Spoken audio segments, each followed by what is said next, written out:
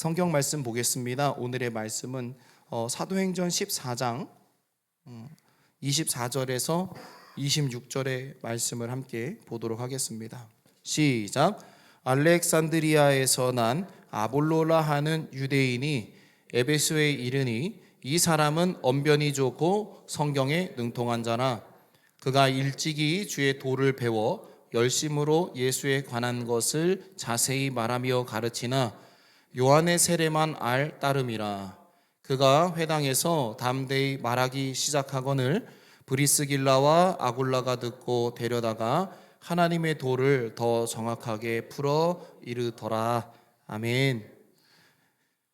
오늘은 학문으로 이해할 수 있다면 믿었을까라는 주제를 갖고 여러분들과 말씀을 나누려고 합니다. 말씀을 나누기 전에 우리 옆에 분들과 평안의 인사 나눕시다. 샬롬. 저는 여러분들이 잘 아시다시피 굉장히 운동을 좋아하는 젊은 목회자죠. 그래서 허리 통증이 항상 있었어요. 그래서 척추 디스크 4, 5, 6 이렇게 거기가 터진 것도 아니고 끊어진 것도 아니지만 항상 디스크에 통증이 있는 사람. 그래서 MRI를 찍으면 항상 시커먼 데가 4, 5, 6번이에요. 그래서 허리 통증이 심했던 사람입니다. 그래가지고 우리나라에서 좋다고 하는 모든 치료, 침, 정말로 하나님이 은사를 주셔서 막 척수를 꿰뚫고 들어가는 침술도 막 받고 그랬는데 그때만 받으면 그때만 시원하고 막 뿅뿅뿅 낫는 것 같지만 치료를 받는 순간만 좋아지지 금세 재발하는 일들이 계속 반복돼가지고 참 많이 힘들었던 것 같아요. 그래서 조금 더 빠르게 회복을 하고 싶으면은 막 근육 주사 맞고 막 재생 주사 맞고 막 그래서 몸을 어떻게든 끌어올리려고 약도 많이 먹고 그랬던 것 같아요. 그런데 제가 오산성전에 있을 때 제가 허리를 이제 치료하고 싶은 마음이 너무 크다 보니까 여러 가지 허리에 관련된 그러한 정보들을 얻고 나름대로 이제 공부를 해야지라는 마음을 갖고 공부를 시작을 하려고 하다 보니까 제가 S&P라는 거를 어떻게 봤어요. 그래가지고 이걸 내가 배우기에는 너무 늦은 것 같고 우리 젊은 청년들을 가서 공부를 시켜서 뭔가 조금 길을 열어봐야 되겠구나라고 생각을 해가지고 다른 청년들에게 이렇게 안내를 해줬죠. 김영욱 청년한테는 제가 얘기를 안 했어요. 얘는 공부하고 멀어 보여가지고. 그래서 이제 다른 친구들에게 막 했는데 다른 친구들이 시큰둥하더라고요. 결국에는 공부를 제일 안 하게 생긴 놈이 목사님 제가 해보면 안 될까요? 그러길래 자기 선택이잖아요. 네가 해라. 그냥 이런 식으로 정보만 줬어요.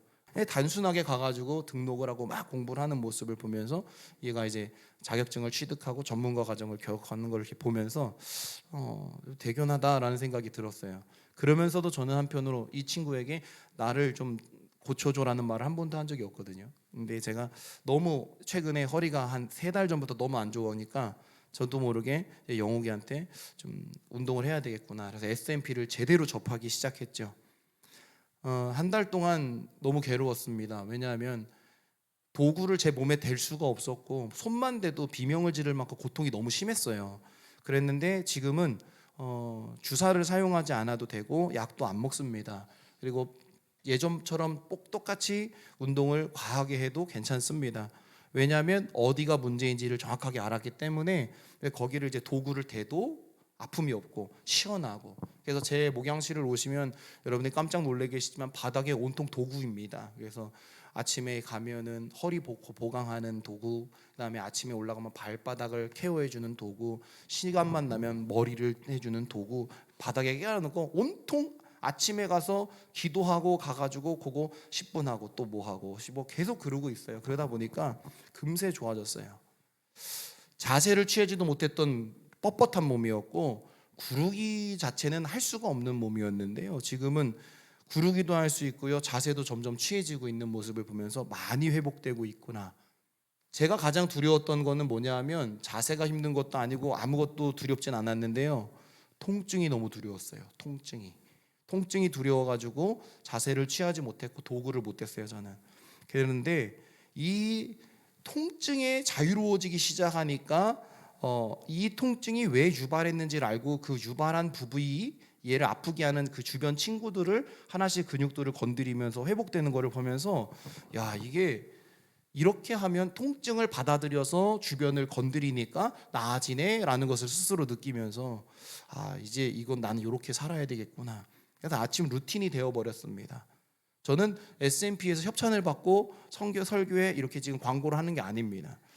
통증은 그 통증의 원인을 찾아서 굳은 부분들을 풀어주고 올바른 자세를 유지해주면 견뎌질 수 있고 회복이 된다는 거예요. 이걸 신앙적으로 접목시켜 보니까 우리도 영적인 통증이 많잖아요. 우리의 마음속에나 생각 속에 영적 통증이 굉장히 심해요. 겉으로 티를 안 내고 있을 뿐이지. 그렇기 때문에 우리는 그 통증에 대해서 주춤거리지 않았으면 좋겠어요. 통증 때문에 물러서지 않았으면 좋겠어요. 통증을 인정하고 받아들여서 주변에 뭉친 것들을 풀어주는 그러한 과정. 우리 마음의 통증들도 마찬가지예요. 마음에 뭉친 부분들이 뭐겠어요? 나의 생각과 다른 거, 나의 판단과 다른 거, 나의 가치와 다른 것들. 그래서 무언가 굳은 마음들을 잘 풀어주면 우리는 그 마음의 통증에서도 영적 통증에서도 자유로울 수 있을 것 같다라는 생각이 들었어요. 그래서 여러분들과 제가 예배하는 이 시간이 그런 통증은 유발할 수 있지만 통증이 분명히 회복되는 예배다. 내가 예수를 믿으면서 통증이 유발되지만 결국 예수님을 피하지 않고 예수님을 통해서 나의 굳은 부분들을 잘 어루만지면 결국에는 회복이 거기서 드러날 수 있는 것이 바로 예수를 통해서 우리가 경험해 나가는 삶이다. 여러분들과 저에게는 그러한 영적 부분들이 이렇게 재활될 수 있는 시간들이 바로 오늘의 예배를 통해서 이루어지기를 주의 이름으로 간절히 소망을 해봅니다. 아멘. 오늘 본문에서는 알렉산드리아에서 난 아볼로라는 유대인이 등장을 합니다. 저는 말씀을 묵상하면서 오늘 아볼로에 대한 이야기를 같이 나눠보려고 합니다. 24절의 말씀을 보니까 알렉산드리아에서 난 아볼로라 하는 이렇게 되어져 있죠. 아볼로의 출생지는 알렉산드리아라는 애굽의 삼각주 나일강 하류 북동 해안의 바다와 마테오티스 호수 사이의 좁은 지형에서 위치한 거대 항구 도시인데 이 항구 도시가 BC 332년에 알렉산더 대왕에 의해서 이제 만들어졌어요. 그래서 알렉산더 대왕의 이름을 따서 알렉산드리아라고 이렇게 부르고 있는 거거든요.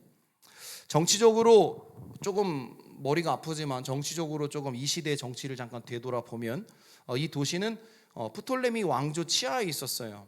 그래서 애굽의 수도가 되었고 로마 시대에 그리고 비잔틴 시대에 애굽의 행정 수도로 지속이 되었어요. 그래서 경제적으로 알렉산드리아는 금융 중심지 그리고 의복, 유리, 그 당시에는 파피루스라는 것을 생산했죠.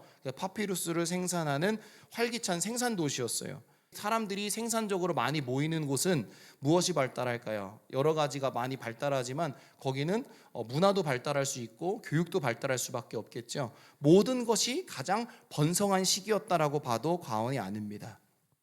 그리고 여기에서는 아라비아, 인도, 동방 등지에서 온 이국적인 산물들이 모여드는 곳이었어요. 그래서 이 모여든 것들을 주변 지역에 배로 이렇게 운반하는 그러한 중심 역할도 했었던 문화적으로 아주 찬란한 학문의 중심지였다고 우리는 생각을 해도 됩니다.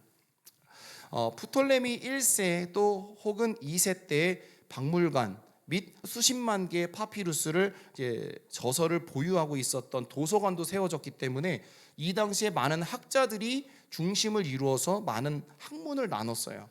그 학문의 중심이 바로 무엇이었냐? 우리가 알고 지금 보고 있는 성경이지요. 성경 중에서도 구약 성경, 이 성경들을 많은 사람들이 그때 연구를 했죠. 그런데 이 성경을 연구하는 사람들이 어떻게 연구를 했을까? 이 당시에 디아스포라 유대인들은 이 헬라어 구약 성경, 그래서 우리가 지금 70인역 번역이라고 보고 있는 이 성경의 구약 부분만을 갖고 많이 연구를 했고요. 이들은 우주론과 영혼 불멸에 관한 헬라의 관심과 구약의 내용을 약간 좀 플라톤적인 개념으로 바라보면서 변형을 시킨 그 지혜서들도 만들어냈고 많은 책들을 이렇게 발간을 해냈었습니다.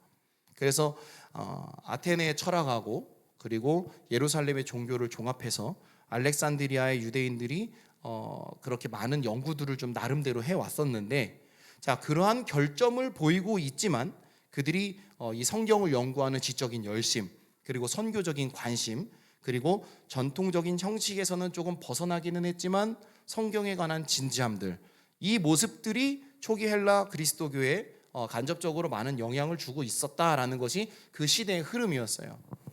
자, 이러한 알렉산드리아에서 태어나고 자란 아볼로는 오늘 성경에서도 어떻게 표현하고 있냐면 구약 성경에 능통했다, 학문이 깊다, 웅변에도 뛰어났다, 이렇게 표현을 하고 있어요. 자, 이렇게 아볼로는 이렇게 뛰어난 사람이었기 때문에 성경의 의미를 아주 풍부하고 생동감 있게 전하는 능력이 있는 사람이었기 때문에 많은 사람들에게 성경을 가르치기에 참 좋았어요.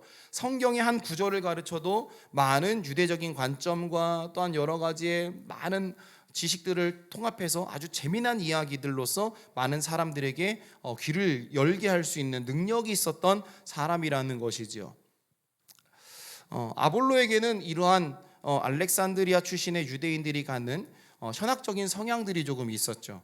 이것은 십자가의 도만 아주 순수하게 전한 바울하고는 많이 달라요. 바울은 복음을 전할 때 그 사람들의 문화 안에서 성경을 막 이리저리 뒤죽박죽 막 많은 자기들이 생각하는 관점에 따라 성경을 이성적으로 판단해서 가르치지 않았어요. 사도 바울은 아주 단순하게 가르쳤어요. 그렇죠? 예수님이 나를 만나 주셨기 때문에, 그렇죠? 예수님이 살아 계시기 때문에, 예수님이 역사하시기 때문에, 예수님이 말씀하셨기 때문에 아주 간단하고 명료한 표현법을 이용해서 복음을 전했고, 이 아볼로는 그와 좀 다르게 아주 듣기 재미난 그러한 이야기들로 말씀을 전했다라고 이렇게 생각이 됩니다. 성경 속의 기록을 유추해 보니까 그렇게 알게 되겠더라고요. 26절에 나오는 바와 같이 26절의 말씀을 한번 읽어볼까요? 다 같이 시작. 그가 회당에서 담대히 말하기 시작하거늘 브리스길라와 아굴라가 듣고 데려다가 하나님의 도를 더 정확하게 풀어 이르더라. 아멘. 자, 브리스길라와 아굴라를 통하여 복음의 진수를 배운 결과 인간 아볼로는 완전히 새 사람으로 바뀌었습니다. 왜 여기서 바뀌었다라고 표현을 할 수밖에 없었을까? 여기서 배웠다고 말하고 있죠. 배웠다. 누구에게? 브리스길라와 아굴라에게 뭐를 배웠다? 성경에 이야기하고 있는데 뭐를 배웠다? 하나님의 도를 더 정확하게 풀어 이르더라. 그리스도의 복음 도를 배웠다라는 거예요. 그런데 여러분, 이게 배웠다라는 생각, 우리가 학습을 했다라는 개념으로 바라봐서는 안 됩니다. 여기서 아볼로가 훗날 사도 바울이 나와 같은 동역자요라고 표현을 합니다. 다시 말해 복음을 사도 바울과 같이 전하는 삶을 삽니다. 그런 아볼로가 그냥 들어 살았을까요? 아무리 공부를 잘했어도 그냥 듣기만 해서 살았을까요? 아니에요. 저는 이 말씀이 굉장히 한 줄로만 딱 써져 있지만 바로 여기에는 그리스도의 도를 체험했다라고 표현해야 된다고 봅니다. 분명히 아볼로는 그리스도를 체험했습니다. 그러니까 그 수많은 지식을 갖고 있는 사람들이 예수님의 도에는 뭐가 있어요? 그게 그리스도의 대속의 죽음이 있잖아요. 예수님이 나를 대신하여 십자가에 못 박혀 죽으신 그 대속의 사랑이 분명히 담겨 있어요. 이거 학식으로 이해돼요? 체험하지 않으면 안 돼요. 그리고 부활을 누가 믿겠어요? 그런데 부활을 믿을 수 있고 신뢰할 수 있다는 것은 살아계신 예수 그리스도를 체험치 않고서는 믿을 수 없는 거예요. 그렇죠? 여러분들이 왜 여기 앉아서 예수님의 부활을 믿고 예수님의 대속의 죽음을 믿고 성령의 역사를 여러분 왜 믿고 있어요? 가르쳐서? 어릴 때부터 그냥 들었다 하니까? 아니에요. 여러분 체험하셨기 때문에 여기 앉아 계신 거 아닙니까? 체험하지 못했다면 우리는 대부분 세상의 많은 위기나 어려움이나 우선순위에 예수님은 밀려나게 되어 있습니다. 그런데 체험을 했기 때문에 예수님이 살아있다라는 것을 내가 확신했기 때문에 우리는 그것을 밀어낼 수가 없는 거예요. 차라리 예수님보다 다른 거를 밀어내고 예수님을 선택하는 삶을 사시잖아요. 그게 왜 그래요? 예수 그리스도를 체험했기 때문에 그런 거예요. 예수 그리스도의 존재에 대한 의심을 품지 않기 때문에 그런 거죠. 근데 우리가 이게 의심을 하잖아요. 그럼 자꾸 버리게 돼요. 밀어내게 돼요. 우선순위가 아닌 차선이 되겠죠. 그래서 아볼로는 그 많은 지식을 갖고 있는 아볼로가 이렇게 쉽사리 예수님을 믿을 수밖에 없었다는 것은 바로 체험 속에서 이루어진 일이다. 저는 말씀을 보면서 아볼로는 결국 26절 말씀에서 주님을 만났겠구나. 주님을 만났으니까 이런 결단을 할 수 있었던 사람이겠구나. 그런 생각이 들었어요. 이성적인 아볼로가 학문을 받아들였다고 보기에는 어려워요. 너무 어렵더라고요. 이성적으로 머리가 좋아서 아니죠. 아주 간략하게 성경에 기록되어져 있지만 분명 성령 체험의 과정이 있었다. 여러분들에게도 성령 체험의 과정이 있어야 한다. 우리에게는 그게 필수다. 이러한 지식에서 습득된 예수님을 알고 나아간 신앙의 삶과 제대로 된 십자가의 도를 듣고 깨닫고 체험한 이들의 삶은 극명한 차이가 있음을 성경은 수많은 이들을 통해서 기록을 하고 있습니다. 이건 제 이야기가 아닙니다. 그냥 기록을 통해서만도 알 수 있습니다. 수많은 그리스도인들이 십자가의 도를 깨닫고 체험해서 그들이 세상과 극명한 다른 길을 선택하여 나아가고 있더라. 이거는 품어주는 교회 박건우 목사가 이야기하더라가 아니라 그냥 성경 자체에 기록되어져 있는 변화의 사례다. 이렇게 깨달은 후 우리가 하는 신앙 고백, 신앙 생활, 세례, 예배는 분명히 다른 가치와 차원을 나타내고 있다는 것을 우리는 깨달아야 합니다. 학문으로 주님을 만난 자, 예수님을 온전하게 경험하지 못한 자가 말로써 주님을 표현하려고 하는 것에는 분명한 한계점이 보이는 부분이에요. 여러분들과 제가 가정에서 신앙 고백을 할 때 저 상대방들이 귀로도 듣지 않는 거는 그들의 믿음이 없어서가 아니라 우리의 말 속에 그걸 증명해낼 만큼의 삶이 부족했기 때문에 우리가 신앙 고백을 할 때 사람들이 듣지 않는 거예요. 여러분, 하나님 왜 저 사람은 나의 신앙 고백을 왜 저렇게 우습게 여길까요? 저 사람의 믿음이 연약해서 그렇죠? 이게 아니라 하나님, 내가 말한 것만큼도 살지 못한 연약한 존재였군요 라는 게 바로 우리의 시선이 되어야 되겠죠. 그래서 아이들에게 신앙적인 권면을 할 때마다 거울 치료해요. 저는 한참 멀었구나, 난 아직도 한참 멀었구나, 난 아직도 한참 멀었구나 라는 생각을 계속하게 됩니다. 우리는 말로 주님을 표현하는 삶에 더 익숙하고 습관이 깊게 배어있기 때문에 현재 우리들이 이러한 상태일 수 있다는 사실에 대해서 우리는 정확하게 깨달아야 할 줄로 믿습니다. 우리는 너무 이게 습관이 됐어요. 말로 주님을 표현하는 게. 여러분, 우리 품어주는 교회 사랑하는 성도 여러분, 말로 주님을 표현하지 마십시오. 삶으로 표현하십시오. 네? 따라해 보겠습니다. 나는 예수님을 삶으로 표현하겠노라. 여러분, 삶으로 표현합시다. 예수님의 존재를. 예수님을 학문으로 이해한다고 했다면 아마 배움의 커리큘럼이 있지 않을까요? 대학교 커리큘럼이 있듯이 프로그램의 커리큘럼들이 있듯이 다 있을 거예요. 그러면 우리가 학문적인 접근 또 이게 배운다. 그럼 시험도 쳐야 될 거고요. 성적도 있을 거예요. 그러면 구원의 순서가 어떻게 올까? 지식의 수준으로 정해지겠죠. 시험 성적의 수준으로 정해지겠죠. 그럼 여러분들은 몇 등 정도 하실 것 같아요? 몇 등 정도 해보실 것 같아요? 네, 권사님 빵점이라고도 또 겸손하게 얘기하셨는데요. 여러분, 구원이라는 게 성적순이었다면 여러분, 우리는 구원 못 받을 수도 있지 않을까요? 근데 구원은 성적순이 아니죠. 학력순이 아니죠. 물질순이 아니죠. 구원은 어떤 거예요? 바로 믿는 자에게.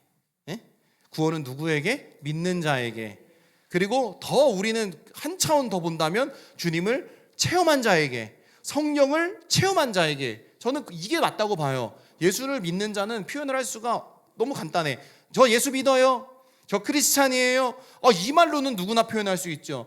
종교, 기독교 쓸 수 있잖아요. 근데 삶으로 살아내는 건 이거 여간 어려운 일이 아니거든요. 그래서 우리는 그래야 돼요. 삶으로 예수를 믿는 사람, 그러한 사람이 되어야 하지 않을까.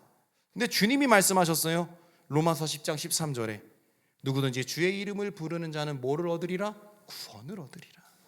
로마서 10장 13절에 주의 이름을 부르는 자가 누구든지 구원을 받을 수 있더라. 그러니 우리는 뭘 해야 되는 자예요? 주님의 이름을 부르짖는 자, 주님을 경험해봤기 때문에 살아계심을 의심치 않는 자, 그러니까 살아계신 하나님이라고 외칠 수 있는 용기, 그러한 믿음이 있는 자. 여러분, 이거를 학문이 표현할 수 있을까요? 저는 학문은 표현 못한다고 봐요.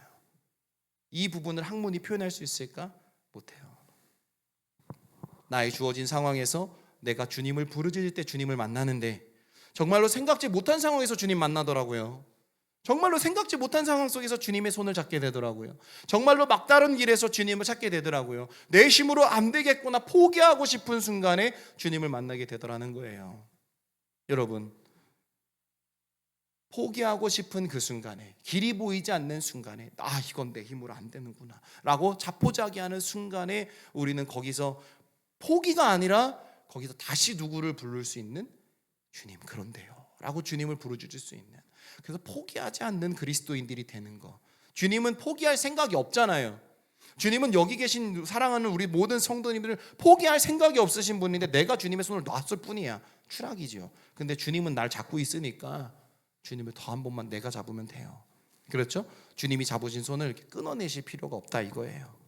사랑하는 성도 여러분, 지금 이 시대에 이러한 패러다임으로 신앙의 권면을 하는 것이 좀 이질감이 들 수는 있을 것 같지만 저는 이렇게 얘기하고 싶습니다. 정말로 구시대적이라고도 표현할 수 있지만 처절하게 주의 이름 부르짖어야 합니다.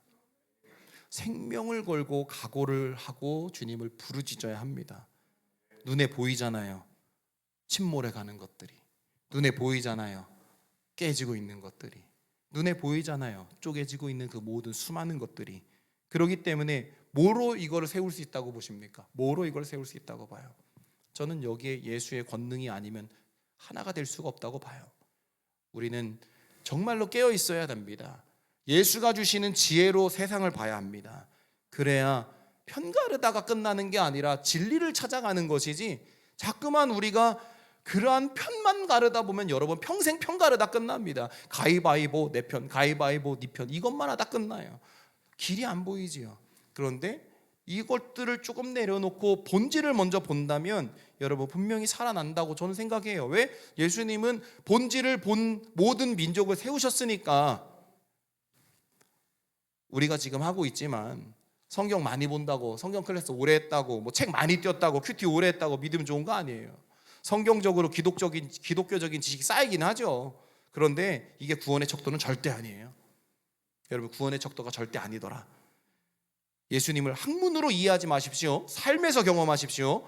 예수님을 올바르게 경험하고 체험하면 시야가 달라진다고 했습니다. 그래서 저도 기도합니다. 하나님, 제 시야가 더 넓어지게 하여 주시옵소서. 이건 제 의견이 아니라 성경이 기록하고 있는 수많은 주님을 만난 자들의 삶에서 나온 모습이에요. 사도 바울의 시선도 넓어졌잖아요. 그렇죠? 사도 바울의 시선도 유대인의 시선이었는데 다메섹 도상에서 주님 만나고 이 시선이 확 열렸어요. 그렇죠? 아볼로도 마찬가지잖아요. 그 수많은 그 당시에 가장 학문이 모여있는 곳에서 이야, 내가 가장 많이 배웠지, 베스트야 라고 생각했던 이 시선이 예수님을 체험하고 나서부터 그도 시선이 이렇게 열렸잖아요. 우리는 그들이라고 했는데 우리라고 못할까? 우리도 예수님 만나면 지금 내가 이렇게만 봤었던 시선이 이렇게 열릴 거라고요. 우린 이거를 갖고 주님한테 매달려야 돼요. 하나님, 시선이 넓어지는 교회가 되게 하여 주시옵소서. 시선이 넓어지는 믿음의 백성 되게 하여 주시옵소서. 왜 자꾸만 자기들 것만 좋다고 얘기하는지 몰라. 우리 교회보다 더 좋은 거 많은 교회 많죠. 저는 좋은 건 좋은 거라고 인정해요. 단지 내가 할 수 있는 부분을 내가 할 것뿐이야. 내가 능력이 요거밖에 안 돼서 요거 할 수 있으면 난 요거 최선을 다하면 돼. 내가 할 수 없는데 그거 하다 보면 가랑이 찢어지잖아요. 그래서 항상 내가 할 수 있는 걸 난 알아요. 그래서 주님께 구하는 거예요. 하나님, 나를 만드신 대로 나에게 하게 하실 수 있는 맥시멈까지 주님 저를 좀 써주세요. 네? 거기까지만 좀 써주세요. 그래도 난 행복할 것 같아요. 저와 여러분들이 그렇게 되기를 주의 이름으로 간절히 소망합니다. 우리 이 시간 찬양 하나 있으면 좋겠는데요. 정결한 마음 주시옵소서예요. 정결한 마음이 되지 않으면 이게 다 그냥 세상에서 들리는 소리일 뿐입니다. 우리 이 찬양 고백하고 통성으로 잠시 기도했으면 좋겠습니다. 기도하실 때 하나님 임재하여 주시옵소서. 정말로 학문으로 주님을 만나는 자들이 아니라 삶에서 주님을 만나게 하시옵소서. 우리 찬양 고백하고 통성으로 기도하는 시간 갖도록 하겠습니다.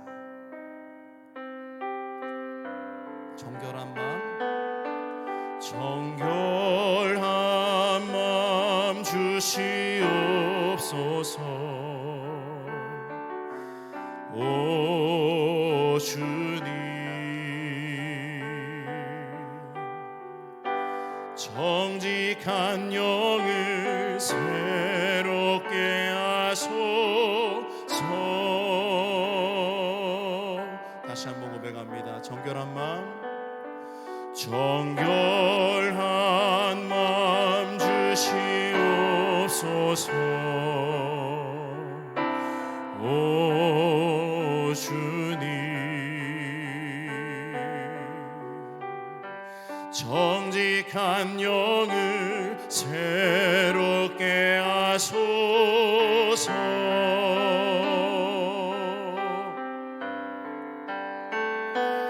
나를 주님 앞에서 멀리 하지 마시고 주의 성령을 거두지 마옵소서.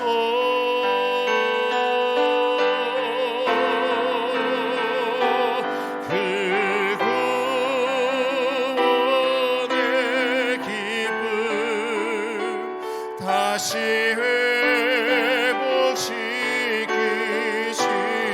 회복시키시고 변치 않는 맘 내 안에 주소서.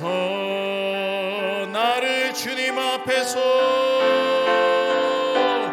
나를 주님 앞에서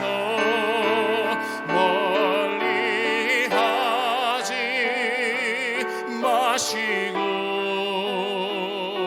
주의 성령을 거두지 마옵소서.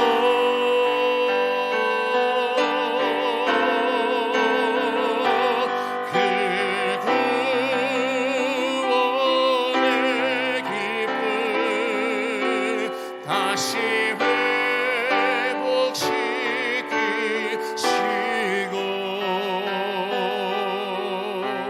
변치 않는 맘 내 안에 주소서. 이 시간 두 손 높이 들고 우리 주여 한 번에 치고 통성으로 기도하며 나아갑시다. 주여, 사랑과 은혜가 충만하신 사랑의 하나님, 오늘도 하나님이 내 안에 오셔서 하나님 내가 배움과 학문으로 주님을 알아가고 믿는 것이 아니라 하나님 살아계신 주님을 내가 체험함으로 인해서 하나님이 나를 사랑하심을 경험함으로 인해서 하나님 내가 주님을 믿고 주님을 따르는 하나님 그러한 회복의 영이 나타날 수 있도록 인도하여 주시옵소서. 하나님 우리는 연약하고 나약하기 때문에 하나님께서 여호와여 나를 만져주시고 만나주셔야 하나님 이 막힌 모든 상황들 속에 평안과 하나님 기쁨과 감사와 회복이 있을 줄로 믿습니다. 그러니 하나님이여 오늘도 우리에게 오셔서 하나님의 그 살아계심을 보여주시고 하나님 정말로 내가 많은 것을 알고 있다 착각할 수 있고 생각하지만 하나님 이것이 전부가 아님을 깨닫고 하나님 내가 새로운 세계 주님의 살아계신 여호와의 그 순간 나의 죄를 대속하여 여호와 하나님 용서하셨고 하나님 성령으로 오셨으며 우리에게 구원의 역사를 주시고 부활하신 주님으로 우리에게 오셨던 그 모든 진리들을 하나님 우리가 깨달음으로 인하여 하나님 이것이 학문이 아니라 학식이 아니라 체험 속에 나타나는 주님의 만남임을 우리가 깨달으며 나아갈 수 있도록 인도하시옵소서. 주님 우리에게 그러한 변화와 회복이 되길 원합니다. 하나님이여 우리와 함께하여 주시고 하나님이여 우리와 동행하여 주셔서 주님이 주시는 은혜만이 주님이 주시는 은혜만이 여호와여 우리에게 임하여 줄 수 있도록 인도하소서. 병든 영혼과 연약한 영혼과 모든 상황들을 전능의 손길로 덮으시어 치유하시고 하나님 막힌 길들이 회복되어지는 축복과 은혜를 더하셔서 하나님의 믿음의 백성 될 수 있도록 주님 인도하여 주시옵소서. 고맙고 감사하신 나의 하나님, 하나님 우리의 하나님이 되기를 소망합니다. 저들이 하나님 주님을 부르짖을 때 살아계신 하나님이 동행하여 주시고 하나님 우리가 주님을 부르짖을 때 주님이 내 안에 동행하여 주시고 함께 하심으로 인해 하나님 우리가 결단하지 못하였고 나아가지 못하는 삶 속에서 하나님 결단의 능력, 하나님 주님 앞에 엎드리는 능력 경험케 하여 주시옵소서. 주님을 삶에서 체험하지 않고서는 우리가 살 수가 없습니다. 주님 알고 있는 지식으로 주님을 표현해서도 안 됩니다. 내가 경험한 대로 주님을 표현하게 하시옵소서. 내가 만난 주님을 표현할 수 있고 소망하며 입술을 열어 고백할 수 있는 믿음의 백성들이 될 수 있도록 축복하여 주시옵소서. 이제는 우리 구주 예수 그리스도의 은혜와 아버지 하나님의 무한하신 사랑하심과 성령님의 감화감동 역사 내주 교통하심이 주님을 온전하게 믿기 위해 애쓰는 우리 사랑하는 성도들과 그들의 가정과 교회 위에 이제로부터 영원토록 함께 하옵시기를 간절히 축원하옵나이다. 아멘.